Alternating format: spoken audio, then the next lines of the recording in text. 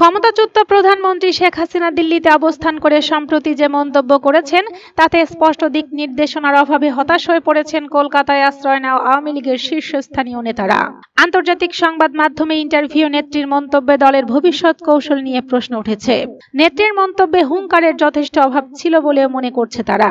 বিশ্বস্ত সূত্রে জানা যায়, গত বৃহস্পতিবার কলকাতার নিউ টাউনের সাপুরজিতে আওয়ামী লীগের শীর্ষ নেতারা জরুরি বৈঠকে মিলিত হন। এতে সভাপতিত্ব করেন দলের সাধারণ সম্পাদক ওবায়দুল কাদের।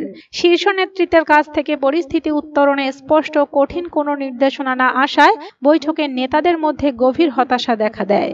তাদের প্রত্যাশা ছিল শেখ হাসিনার একটি বড় ধরনের হুঙ্কার দিয়ে নেতাকর্মীদের চাঙ্গা করবেন এবং প্রত্যাবর্তন আন্দোলনের স্পষ্ট রূপরেখা দেবেন। কিন্তু একাধিক আন্তর্জাতিক সংবাদ মাধ্যমকে ইমেল মারফত দেওয়া সাক্ষাৎকারে শেখ হাসিনা বলেন তিনি দিল্লিতে বেশ মুক্ত অবস্থায় আছেন এবং পরিস্থিতি স্থিতিশীল না হলে হঠাৎ দেশে ফেরত যেতে চান না।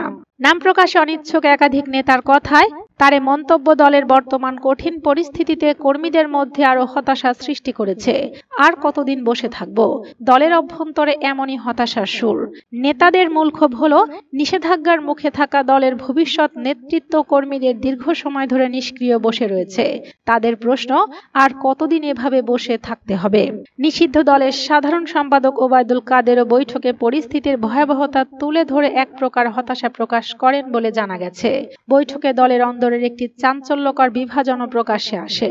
কেউ কেউ মত দেন, যদি নেত্রী বর্তমান পরিস্থিতিতে দলকে কার্যকরভাবে নেতৃত্ব দিতে না পারেন তবে অন্য কারো হাতে এ দায়িত্ব তুলে দেওয়া হোক। এদিকে শেখ হাসিনা স্পষ্ট করে দিয়েছেন তিনি শুধু বৈধ সরকারের অধীনে দেশে ফিরবেন, যেখানে সংবিধান সুরক্ষিত থাকবে। তিনি আরো বলেন, আওয়ামী লীগকে বাদ দিয়ে যদি কোনো নির্বাচন হয় এবং সরকার গঠিত হয় সেই সরকারের অধীনে তিনি কখনোই বাংলাদেশে ফিরে যাবেন না। এমন মন্তব্যে চরম হতাশ কলকাতায় ঘাঁটি গেড়ে থাকা আওয়ামী লীগের নেতারা। তবে সাম্প্রতিক সাক্ষাৎকার থেকে এটা স্পষ্ট যে শেখ হাসিনা আগামী নির্বাচনের আগে ঢাকায় যাওয়ার ইঙ্গিত দিয়েছেন, যদিও তা স্থিতিশীল পরিস্থিতি এবং দলের নির্বাচনে অংশগ্রহণের নিশ্চয়তার উপর নির্ভরশীল। বর্তমানে আওয়ামী লীগ নির্বাচন থেকে নিষিদ্ধ হয় আগামী ফেব্রুয়ারির জাতীয় সংসদ নির্বাচনকে তার দল বয়কট করবে বলেও তিনি হুঁশিয়ারি দিয়েছেন। এতে দলের নেতা কর্মীরা ভবিষ্যৎ সম্পর্কে আরো হতাশ হয়ে পড়েছেন। বর্তমান পরিস্থিতিতে আওয়ামী লীগের কর্মীদের হতাশ না হয়ে অন্য কোনো কৌশলে মনোনিবেশ করা উচিত কিনা সে বিষয়ে আলোচনা ওঠে বৈঠকে। তবে ওবায়দুল কাদের এখন পর্যন্ত সমাধান সূত্র দিতে পারছেন না বলে জানা গেছে।